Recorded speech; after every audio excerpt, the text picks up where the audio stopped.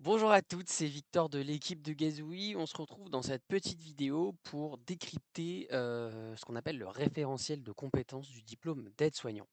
Donc avant de commencer, c'est quoi un référentiel de compétences? En fait, pour comprendre ce que c'est un référentiel de compétences, il faut comprendre ce que c'est un diplôme, comme le diplôme d'aide-soignant par exemple.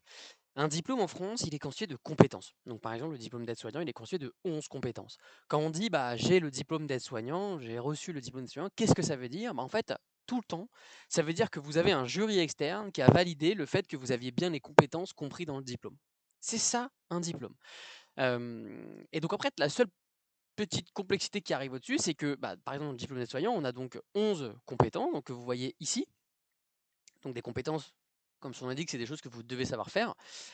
Ces compétences, elles sont réunies dans ce qu'on appelle des blocs de compétences en général. Donc là, par exemple, dans le diplôme d'aide-soignant, on a 5 blocs de compétences. Et alors, pourquoi c'est intéressant les blocs de compétences? C'est qu'en général, et en particulier si vous passez ce diplôme par la VAE, vous pouvez valider les blocs de compétences de manière individuelle. C'est-à-dire que vous pouvez par exemple valider le bloc 1, le bloc 2, ne pas valider le bloc 3 et valider le bloc 4 et le bloc 5. Voilà. Donc bien sûr, pour valider un diplôme en entier, il faut avoir tous les blocs.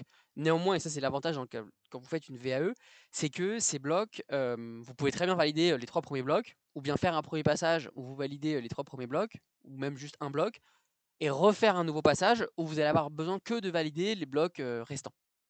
Donc voilà. Néanmoins, il ne faut pas oublier que donc, ces blocs de compétences, ce qu'il faut comprendre, c'est un peu comme des piliers du métier.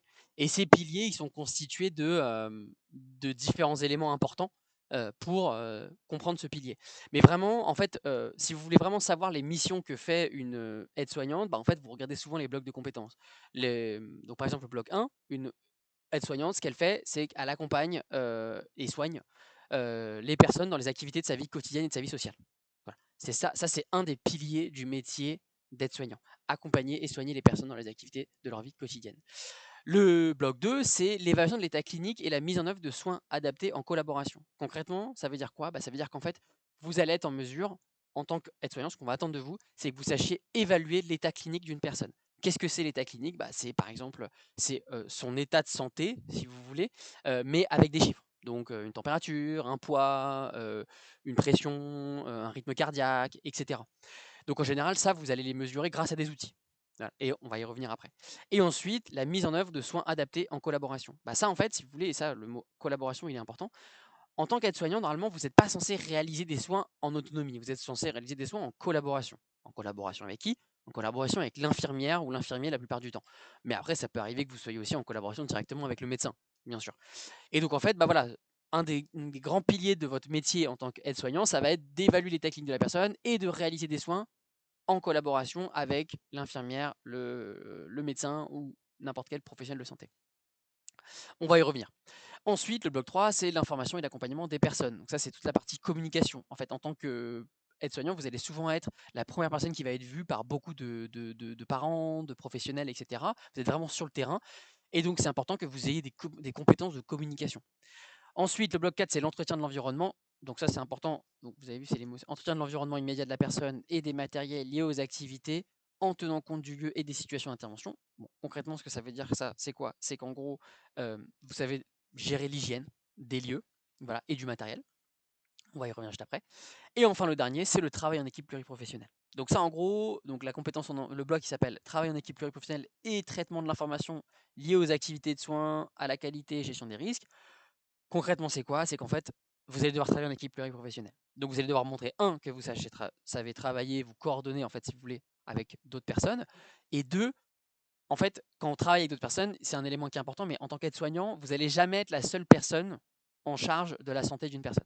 Pour plusieurs raisons. Déjà, en général, vous avez des horaires de travail, mais la personne, elle n'a pas des horaires de soins. C'est-à-dire qu'elle, elle est soignée 24 heures sur 24, potentiellement. Et donc, du coup, forcément, vous allez avoir une continuité du soin qui va être mise en place, et donc vous n'allez pas être la seule aide-soignante à gérer tout le cycle de soins de la personne. Vous allez forcément avoir une autre aide-soignante, voire plusieurs, qui vont gérer aussi.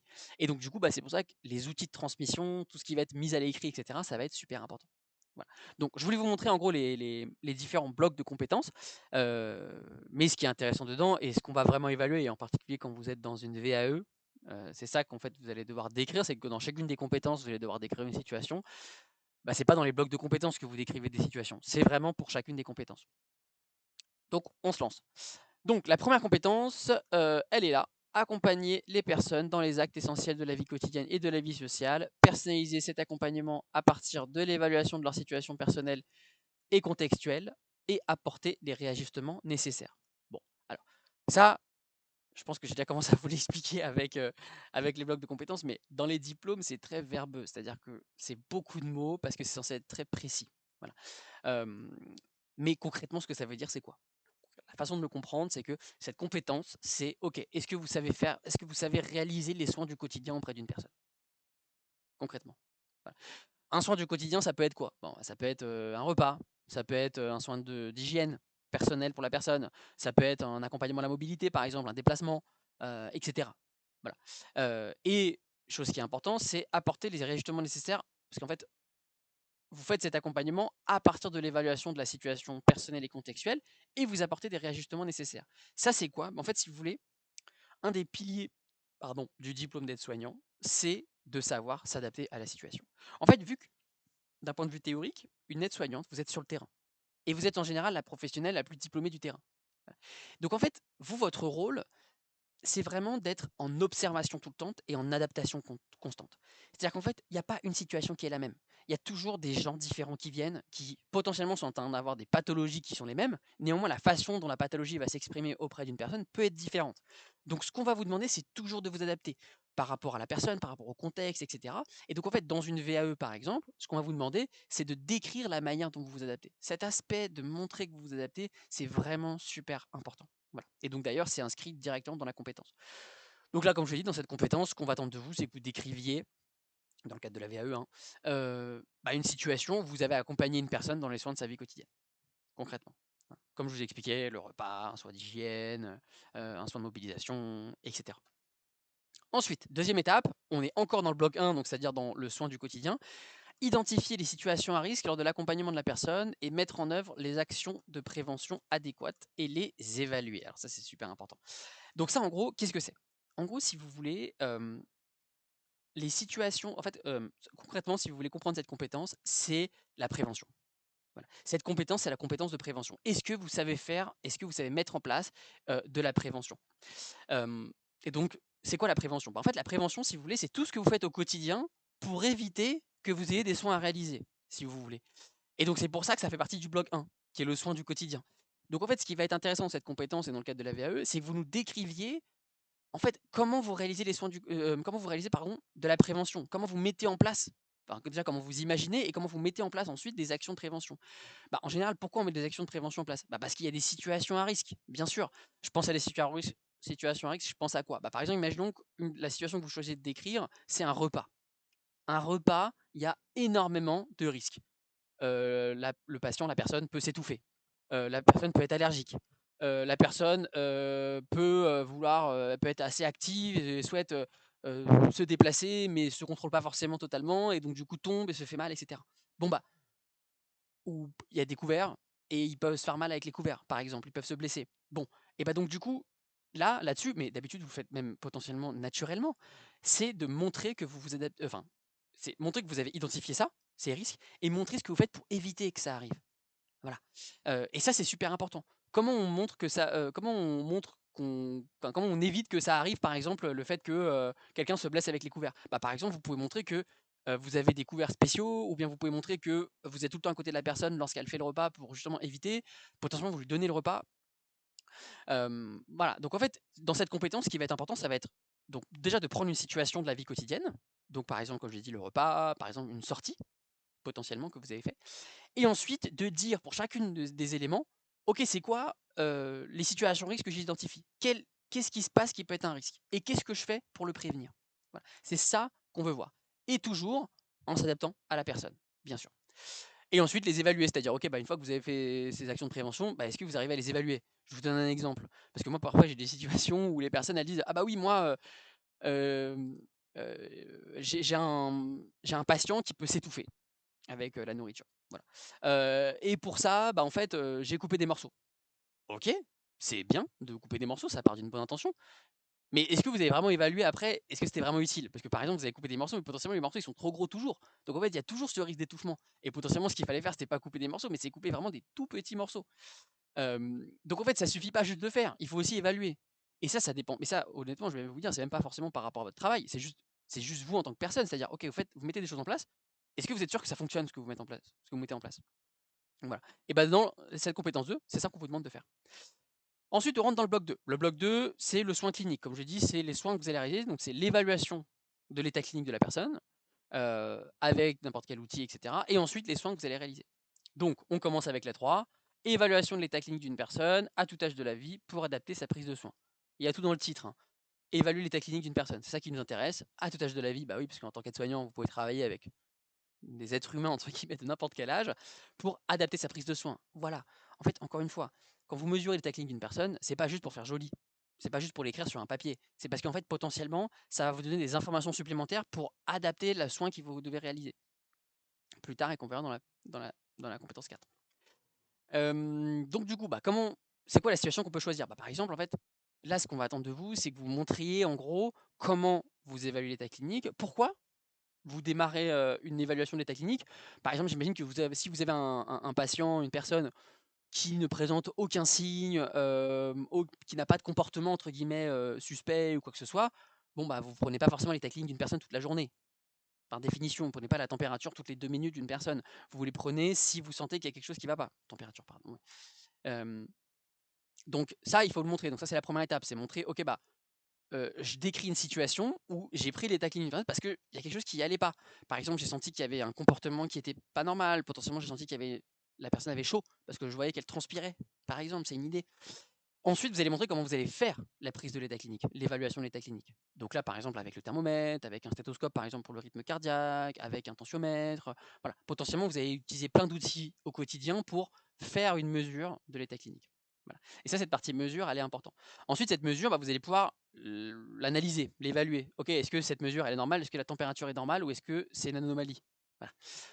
Voilà. Et tout ça, ça peut vous sembler évident, mais en fait, c'est vraiment ce qu'on attend que vous décriviez dans la VAE. Voilà.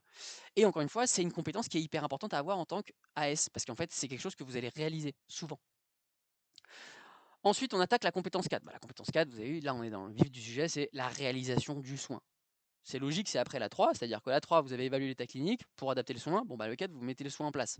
Voilà. En général, comme je vous l'ai dit, en tant qu'AS, c'est pas votre rôle de réaliser. Enfin, il y a plein de soins que vous ne réalisez pas tout seul. Plein de soins que vous pouvez réaliser vous toute seule, mais souvent vous allez réaliser le soin, ce qu'on appelle en collaboration, avec l'infirmier, avec le pédiatre, etc. Donc là, ici, ce qu'on attend de vous, c'est une situation où vous avez réalisé la soin auprès d'une personne. Voilà. Et bien sûr, adapté à l'état clinique de la personne. Ça, on vient de le faire à l'instant, donc j'espère que dans votre histoire, quand vous allez raconter la situation que vous avez fait, montrez bien que voilà, en fait, vous avez adapté parce que vous avez fait ce soin-là de cette manière, parce que la personne est dans cet état clinique, parce que la personne est comme ça, etc. Montrez que vous vous adaptez. Voilà. Les 3 et les 4, c'est les plus compliqués, hein. Honnêtement, dans la VAE, que ce soit aide-soignant, mais c'est aussi auxiliaire de puériculture, parce que le diplôme d'auxiliaire de puériculture et d'aide-soignant, ils sont très proches. C'est les compliqués. Elles sont très compliquées parce que c'est très médical. Voilà. Donc c'est protocole. Montrez que vous avez des protocoles. Par exemple, une prise de température, c'est pas juste une prise de température. C'est pas juste j'ai pris le thermomètre et j'ai pris la température. Non, c'est quoi votre protocole de prise de température? Et d'où il vient le protocole? Il vient en général de votre entreprise ou de l'hôpital, de l'EHPAD, etc. Voilà, vous avez des protocoles. En tant qu'AS, ce qu'on vous demande souvent, c'est pas forcément d'inventer des choses. Ce qu'on vous demande, c'est d'observer, d'analyser, de choisir le protocole qu'il va falloir appliquer et de l'appliquer correctement. C'est ça. Voilà. Et quand c'est une situation qui vous échappe des mains, c'est-à-dire que c'est pas à vous de faire le soin, et vous savez mettre en relation avec la personne en question. C'est ça qu'on vous demande. C'est ça le métier des soignants. Voilà. La compétence 5 fait partie du coup de l'évaluation d'état clinique, accompagner la personne dans son installation et ses déplacements en mobilisant ses ressources et en utilisant les techniques préventives de mobilisation. Alors, ça en gros, c'est cette compétence 5, c'est une compétence qui est centrée autour de la mobilisation et l'installation de la personne et de vous. Ça fait partie effectivement des soins un peu, enfin des gestes un peu techniques. C'est pour ça qu'elles sont dans le bloc 2, si vous voulez. C'est des soins, c'est-à-dire que le déplacement d'une personne, l'installation d'une personne, c'est un soin, en fait, concrètement. Et ça peut être mal fait. Par exemple, si vous installez mal une personne qui ne peut pas s'installer d'une certaine manière, en fait, c'est un risque. C'est un risque très haut pour la personne. D'autre part, si vous déplacez quelqu'un de la mauvaise manière, par exemple, si vous n'avez pas une potence ou si vous n'avez pas un siège roulant, pardon, bah, en fait, potentiellement, c'est un risque pour la personne, mais aussi pour vous. Et ça, c'est important, cette compétence de bien comprendre, c'est que, par exemple, votre posture professionnelle, la façon dont vous allez vous positionner, par exemple, vous avez le chevalier servant, etc. Vous avez plein de positions pour éviter ce qu'on appelle les TMS, les troubles musculo-squelettiques. Bah voilà. C'est cette compétence-là dans laquelle ça nous intéresse, de détailler ça. Donc en fait, dans cette situation, souvent, vous allez décrire, enfin dans cette compétence, vous allez décrire une situation où vous avez accompagné une personne dans un mouvement et dans une installation. Par exemple, potentiellement accompagner une personne âgée ou un malade de son lit à son fauteuil. Parce qu'il y a deux choses, il y a le déplacement et il y a l'installation. Et dans chacun des deux, vous arrivez à montrer que vous avez évalué si la personne était en mesure de faire ce déplacement et si elle était en mesure de faire cette installation. Voilà. Par exemple, si vous avez quelqu'un qui a, je sais pas, la jambe cassée et qu'en fait elle doit se déplacer jusqu'à son fauteuil, bah, en fait, ça va nécessiter une certaine technique de mobilisation. Voilà, vous devez montrer que vous avez compris ça et vous n'allez pas forcément l'asseoir pareil sur une chaise qu'avec quelqu'un qui s'est cassé le bras juste. Voilà. Donc ça, c'est la compétence 5. Ensuite, le bloc 3. Donc le bloc 3, c'est le bloc de la communication en tant qu'AS. En plus de ce que je vous ai dit hier, c'est-à-dire votre objectif, votre métier en tant qu'AS, c'est observer, analyser. Ce qu'on appelle analyser, c'est du coup décider si choisir le protocole qu'il faut appliquer. Ok, est-ce que je dois faire un soin, est-ce que je dois pas en faire, et appliquer ce protocole. Voilà. Ça, en plus de ça, c'est la partie communication. En fait, en tant qu'AS, vous allez souvent être en relation avec les personnes et avec leur entourage. Voilà. Souvent dans des contextes qui peuvent être un peu compliqués, médicalisés, pas forcément, mais qui peuvent être un peu compliqués. Et donc du coup, bah, c'est vraiment une compétence qu'on attend de vous, cette partie information, accompagnement des personnes, etc. Et donc ça, c'est le bloc 3. Dans le bloc 3, du coup, ça se sépare en deux familles différentes. D'un côté, vous avez la communication avec les proches et la personne. Voilà, la famille, etc. Donc là, en fait, ce qui nous intéresse, c'est comme je l'ai dit, vous allez souvent traiter avec des personnes qui sont dans une situation potentiellement de stress ou d'inconfort. Comment vous allez réussir à créer une relation de confiance avec cette personne? Donc, par exemple, les transmissions avec la famille, potentiellement. Ça peut être aussi comment vous avez accueilli une famille qui ont un proche qui est en ce moment à l'hôpital, par exemple. Voilà. Ça, c'est ce genre de situation qu'on va vous demander de décrire. Montrer, en fait, comment vous êtes, voilà, comment vous arrivez à vous adapter à la personne, comment vous arrivez à être bienveillant, voilà, en donnant les bonnes informations, en étant précis, en sachant calmer entre guillemets les personnes aussi, et en sachant leur montrer, comme je l'ai dit, créer une relation de confiance. C'est ça vraiment qui nous intéresse.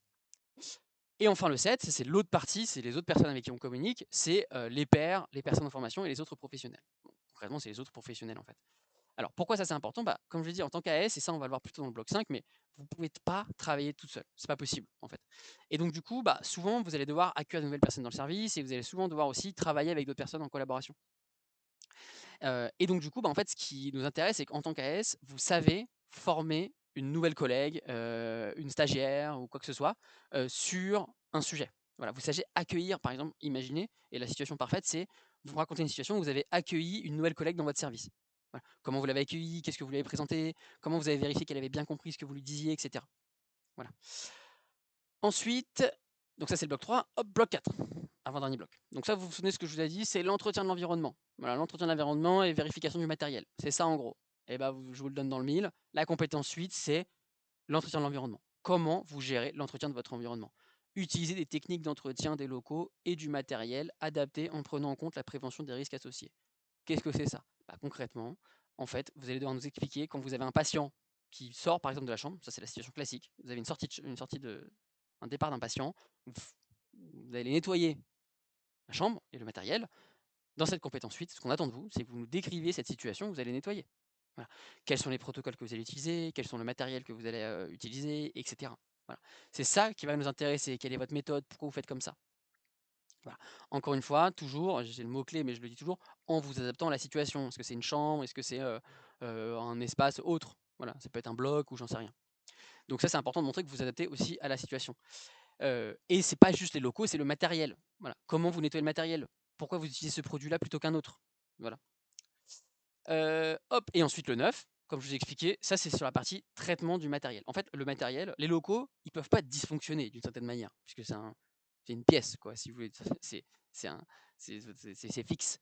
Donc pour ce que vous faire, c'est gérer l'hygiène de ce lieu, mais il est fonctionnel, entre guillemets. Par contre, quand vous allez faire le nettoyage, l'entretien de ces locaux et de ces matériels, potentiellement sur les matériels, vous allez vous rendre compte qu'il y a un dysfonctionnement du matériel. Potentiellement, il y a un matériel qui ne fonctionne pas. Et donc ça, c'est important que vous sachiez montrer que vous savez le faire. Et donc dans cette compétence 9, ce qu'on va vous demander, c'est de détailler une situation, encore une fois dans le cadre par exemple d'un départ de patient. Comment, quand vous avez quand vous avez traité votre matériel, si vous voulez, quand vous étiez sur le tour, vous faisiez le tour de votre matériel pour vérifier que tout fonctionne, voilà, si par exemple vous avez, un stéthoscope, un thermomètre, un tensiomètre et cetera. Enfin, si vous avez des matériels que vous utilisez, une potence, un lit, voilà, tous ces éléments-là, c'est des éléments qui potentiellement peuvent dysfonctionner et ces dysfonctionnements, ils peuvent avoir un effet grave sur la santé du patient qui va venir après, voilà, et sur votre analyse. Si un thermomètre, il fonctionne pas parce qu'il donne 2 degrés de plus à chaque fois, c'est c'est urgent, c'est grave, il faut agir. Si un thermomètre qui a plus de batterie, c'est grave aussi, il faut agir.